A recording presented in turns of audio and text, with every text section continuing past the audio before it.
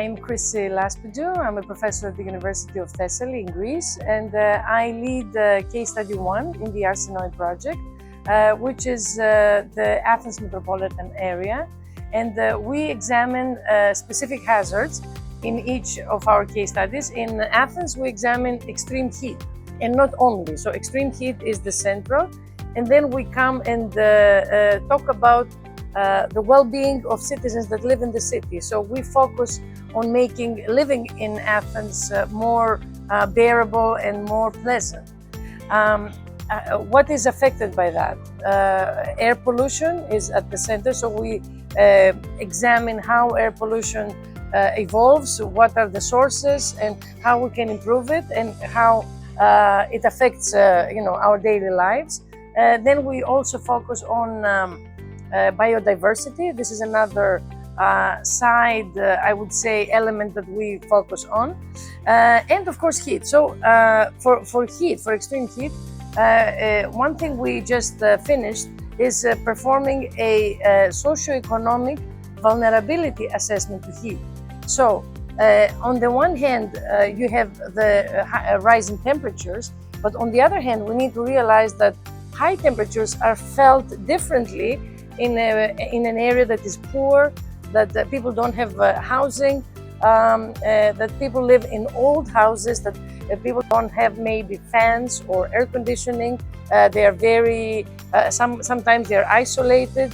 They may be living alone, and that means in an extreme heat scenario, they may be left helpless. So if one is wealthy and has a lot of energy and air conditioning, of course, heat is felt completely differently. So we focus on identifying on these hotspots around the city, and we have just mapped all over the city at the zip code level. We have colored everything with a vulnerability assessment index, so which combines a lot of these characteristics that I told you, all socioeconomic and all coming from Elstat, which is the Greek statistical authority. So all open and public data.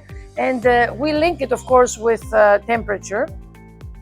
And now we're working with the city to develop a plan on how to act, how to group resources, and develop a plan of action that will actually help people and save lives. Because heat is one of the climate hazards that leads to high mortality and morbidity, even though it's not so well recognized as the others.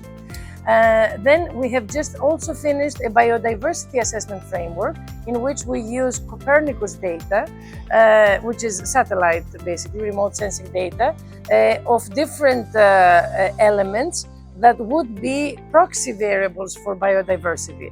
For example, cementification, how much cement you have, how much impervious surfaces you have.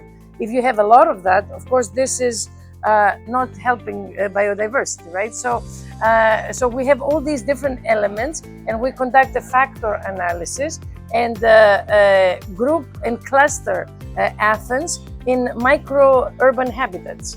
And we identify the green area, the arterial area, which has the large arterials, the dense urban fabric, and the low resident area.